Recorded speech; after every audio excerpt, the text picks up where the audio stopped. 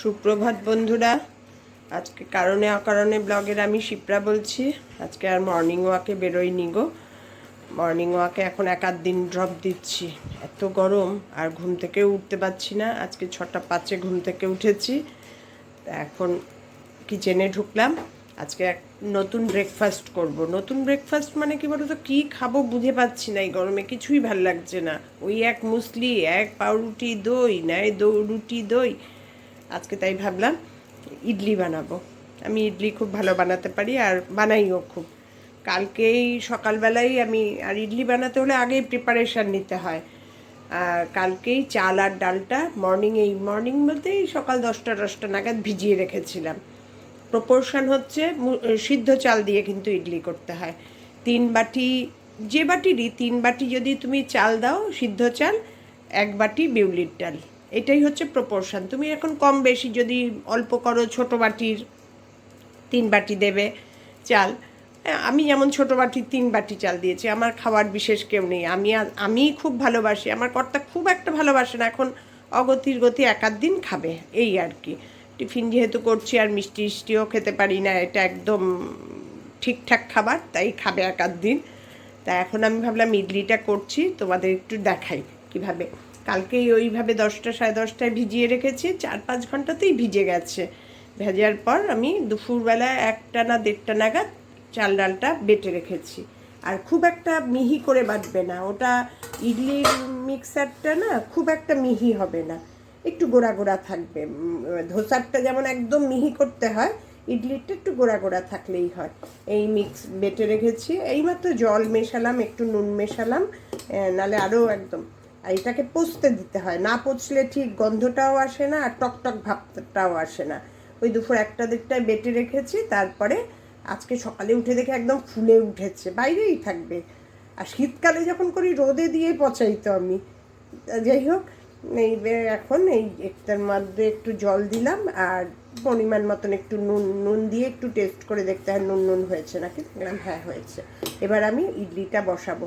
এই ইডলি পটটায় আগে জল দেব, দিয়ে গ্যাসে বসিয়ে রাখবো, একটু গরম হবে জলটা, তারপরে ইডলিগুলো দেব। একবারে আমার হয় 16টা, ওই একবার করলেই আমার হয়ে যাবে আজকে। আর আমার আজকে যখন ইডলি হয়ে গেছে, আমি আজকে আর ডিনারেও ইডলিই খাবো। তার সঙ্গে মুসুরির ডাল, একটু সবজি দিয়ে সাম্বার ডাল বানাবো, আর যদি একটু চাটনি ইচ্ছা করে বানাবো। দেখি কি করি, তোমাদের দেখাচ্ছি। চলো দেখতে থাকো আমার ইডলি বানানোর প্রসেস। এই ইডলি পটে জল দিলাম, জলটা খুব বেশিও দেবে না আবার একদম কমও দেবে না, এই ভেপারেই তো ইডলিটা হবে। আবার বেশি দিলে কি নিচের পটের ইডলিগুলোতে জল ঢুকে যাবে, এই জন্য একটু বুঝে দিতে হবে। এই যে আমি এইটুকু জল দিলাম, এই জলেই আমার হয়ে যাবে। এবার এটা ভেপারে বসিয়ে রাখবো। এবার ইডলি পটগুলো রেডি করছি। এবার এই একটু হোয়াইট অয়েল ব্রাশ করে নেব সব পটগুলোতে। হোয়াইট অয়েল ঢেলে নিলাম, নিয়ে সবগুলোতে একটু ব্রাশ করে নেব।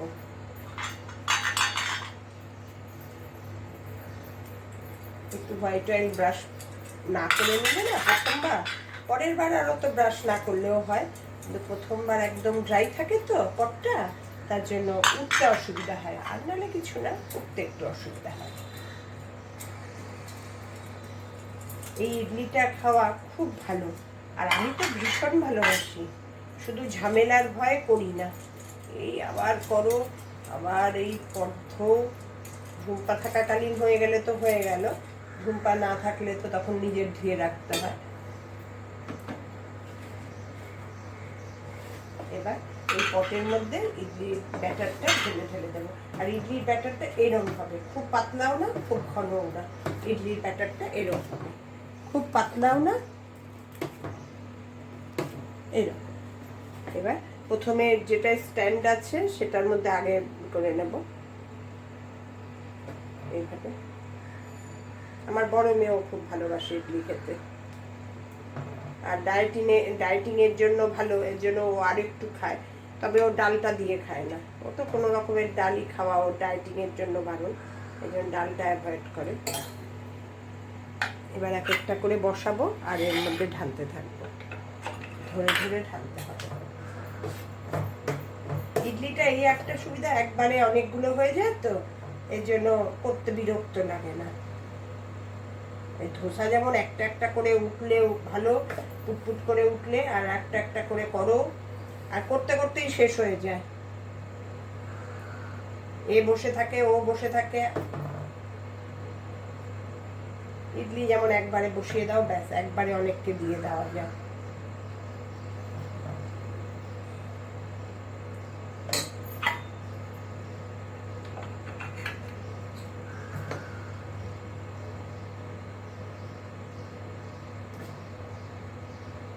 সকালে উঠেই নিত্যকর্ম শুরু হয়ে যায়।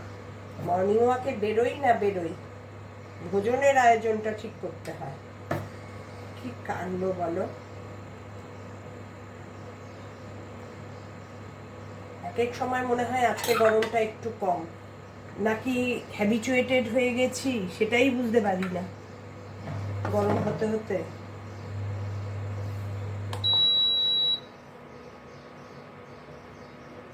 একসঙ্গে সব বসিয়ে দিই জানো না, ইন্ডাকশানে ভাত, গ্যাসে ইডলি, একসঙ্গে সব।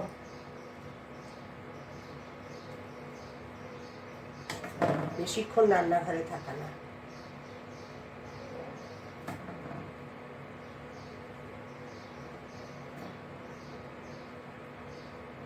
ব্যাস এবার গরমে যে জলটা বসিয়েছি, এবার তার মধ্যে ইডলির মিক্সারটা ঢুকিয়ে দেবো, ঢুকিয়ে গ্যাসটা বাড়িয়ে দেবো, দিয়ে ঢেকে দেবো।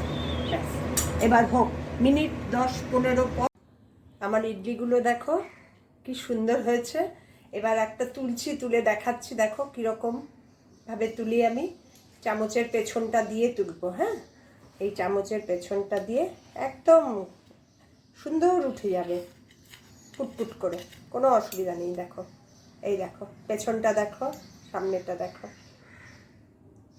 এত সুন্দর হয় না ইডলিগুলো, আর খেতেও তেমন। এই একবারে 16টা করে ফেললাম, এবার আরেকবার বসাবো নাকি ভাবছি। প্রথম দিন তো, আজকে একটু খেতে পারে সবাই। এই দেখো পেছনটা দেখো, সামনেরটা সুন্দর হয়েছে না? আমার মানে করে পরে আনন্দও লাগে, এরকম হয়ে ফুলে ফুলে ওঠে। ঠিক 15 থেকে 20 মিনিট ভেপারে বসিয়ে রাখতে হয়। এর মধ্যে আর কিচ্ছু না, শুধু নুন দেওয়া, ব্যাস। কোনো রং না, কিচ্ছু না। এইভাবে তোমরা বানিয়ে খেও, দারুণ লাগে। কিচ্ছু লাগে না, শুধু একটু সাম্বার ডাল, আর সাম্বার ডালের করার সঙ্গে কিচ্ছু না, শুধু কারি পাতা আর সর্ষে, কারি পাতা আর সর্ষে ফোড়ন দেবে, দিয়ে একটু পেঁয়াজ থাকলে পেঁয়াজ দিলে ভালো লাগে খেতে। পেঁয়াজ দিয়ে কারি পাতা সর্ষে ফোড়ন দিয়ে ডাল, মুসুরির ডাল দিয়েই আমি ম্যাক্সিমাম করি, কারণ বাবানও খায় তো, আমরাও সবাই খাই। মুসুরির ডালটা প্রেসারে সিটি দিয়ে নিই, নামিয়ে মানে একটা সিটি হয়ে গেলে তারপরে যা সবজি থাকে, পেঁপে, বেগুন, মিষ্টি কুমড়ো, আমার আজকে যেমন ঝিঙে, বেগুন আর কী ছিল, পটল, এই 3টেই সবজি ছিল, এইগুলো দিয়ে আবার একটা সিটি দিয়ে সাম্বার মশলা আছে এভারেস্টের, ওটা একটু দিয়ে ব্যাস নামিয়ে নিই। ওটা না দিলেও কোনো ক্ষতি নেই, ওটা আছে তাই দিচ্ছি, না থাকলেও আমি আর কিছু না, আর নামানোর সময় একটু তেঁতুল জল, ব্যাস। তেঁতুলটা গুলে বানিয়ে রাখি, ওই তেঁতুল জলটা দিয়ে দিই, কারণ একটু টক টক না হলে ভালো লাগে না। এখন প্রতিটা পুটপুট করে উঠে যাচ্ছে, আমার ইডলি বটে কিচ্ছু লাগছে না। এইভাবে তোমরা একবার ইডলি বানিয়ে খেও, আর পেটও ভরে, ভালোও লাগে, আর শরীরের পক্ষেও ভালো। এখন মর্নিং 8:05 বাজে।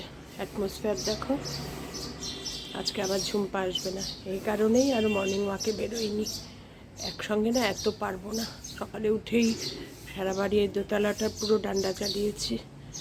কেমন লাগে গরমের মধ্যে, একটুখানি না ভেজা হলে মেঝে ঝাড়ফাড় দিইনি, শুধু ডান্ডা দিয়ে বাসিটা দূর করে রেখেছি। দেখো এখন পুজো করতে বসবো। ইডলি বানালাম, তারপরে দই পাতলাম, স্নান করে এসে ইডলিগুলো তুললাম, তারপর এই ডাল করলাম ইডলির জন্য সাম্বার, ব্যাস। আজকে সাম্বার দিয়েই খাওয়া হবে, বেলায় একটু বেগুন ভাজবো, ব্যাস। আর দই দেওয়া আছে তো, দই ভাত। আর পারছি না, জানো না, গরমে। এই যে গরম কবে নিবৃত্তে হবে জানি না।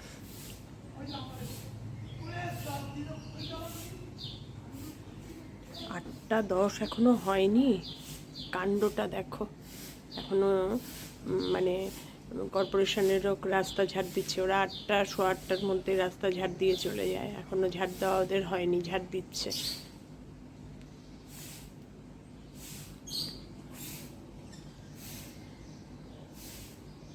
দেখালাম তোমাদের অ্যাটমসফিয়ারটা, পাগল হয়ে যাচ্ছি।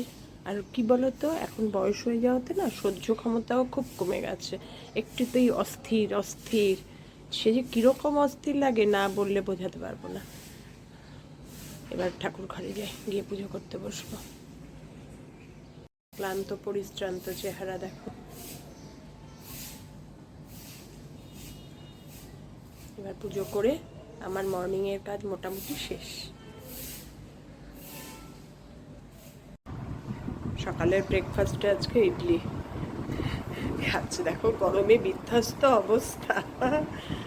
কেমন হচ্ছে? সফট হয়েছে গো ডালটা? দেখো নুন টুন ঠিক আছে? ভালো হচ্ছে। কর্তার ব্রেকফাস্ট দেখো, 1 বাটি দই, এটার মধ্যে শশা, সব ঠান্ডা, এটার মধ্যে শশা আর ইডলি, সব ঠান্ডা। চলো খেয়ে নাও, আর আমিও বসবো। আজকের ভিডিওটা তাহলে এখানেই শেষ করছি।